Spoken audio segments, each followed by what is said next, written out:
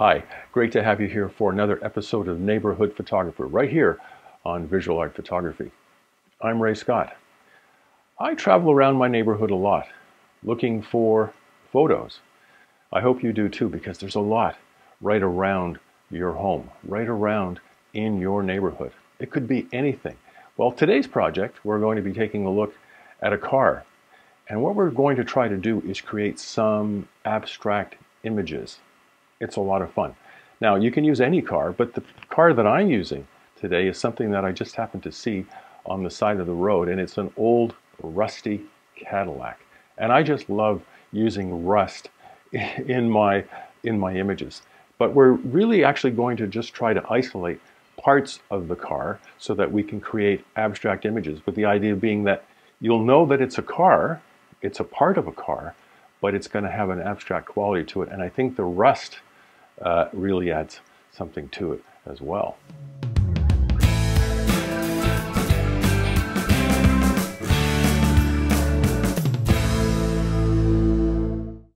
So for this particular shoot, I'm using my Canon 6D full frame camera.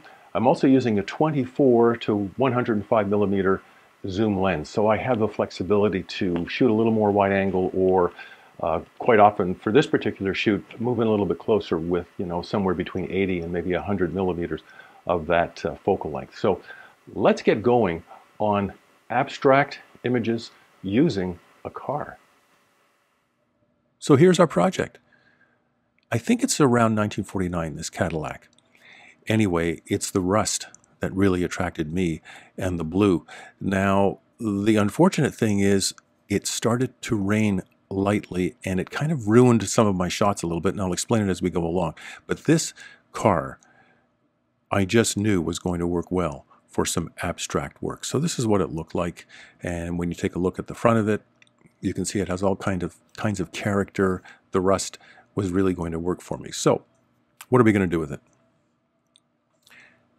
Take a look. We start on the front of the car, and we pull in just a little bit, isolate a little bit, and look at that. You know it's a car. I mean, if you know anything about cars, you maybe don't know what year it is or what make it is, but you know it's a car, but it's very, very abstract, and we're going to get more abstract as we go along. The headlights, any kind of lights on a car, always interesting to include in your final image. So we are looking at one of the headlights here, just a little bit, and a little bit of the grille. And of course, the rust is really playing into this as well, along with the actual color of the old paint. Original paint, obviously. Here again, vignetting the car, darkening it, but making sure that the headlight is the main subject and keeping that bright. Just a technique that you can use if you want. Rear tail light, cracked, worn, and so on. But in all of this deterioration, I find some beauty. That's the way I see it anyway. Okay, we're back at the car. Now, let's isolate and move in a little bit closer to that area there that I'm the arrow, and let's see what we can come up with. Look at this. Okay, you've got color, you've got texture, and you've got shape and line, all kinds of different things going on.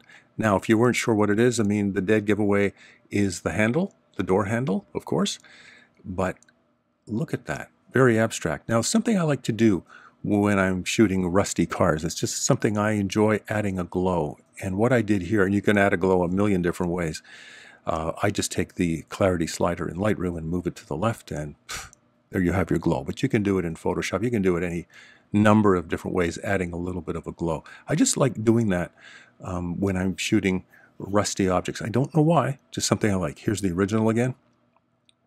Nothing wrong with that. And the glow. All right, we move on. Here, look at that. Obviously, the red wheel is going to draw your eye.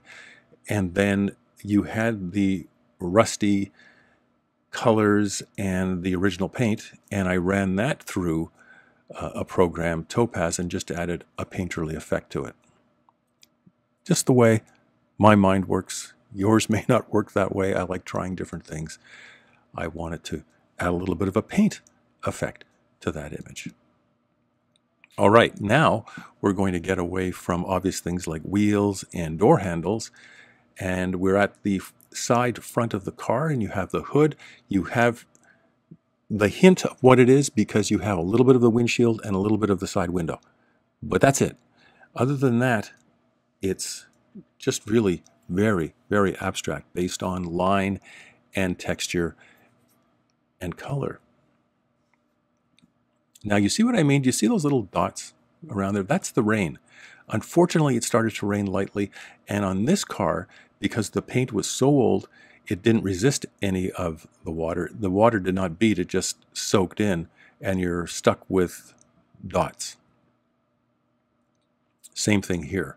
Now we're really abstract. We're at the rear of the car, the rear side window, going into the back, but you see all of the leopard spots on there, I call them, because of the rain. And it didn't bead. Beading would have been nice. It beaded on the window, obviously, but it beading on the paint would have been nice, but it just wouldn't. I mean, there was just rust and, old original paint, and it didn't resist it. So it's unfortunate. I actually went back to find this car when it wasn't raining, and it was gone and never to be seen again, maybe. I don't know. And this is with that glow that I was talking about. Kind of softens it up a little bit. Again, the original, and then with a bit of a glow. Okay, so as is always the case, it's totally up to you and to taste on what you want to do. The front element, the front windshield, and the hood going over, and then you add a painterly effect. It can be something like that.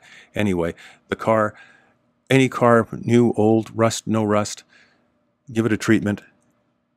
See what happens. It's lots of fun.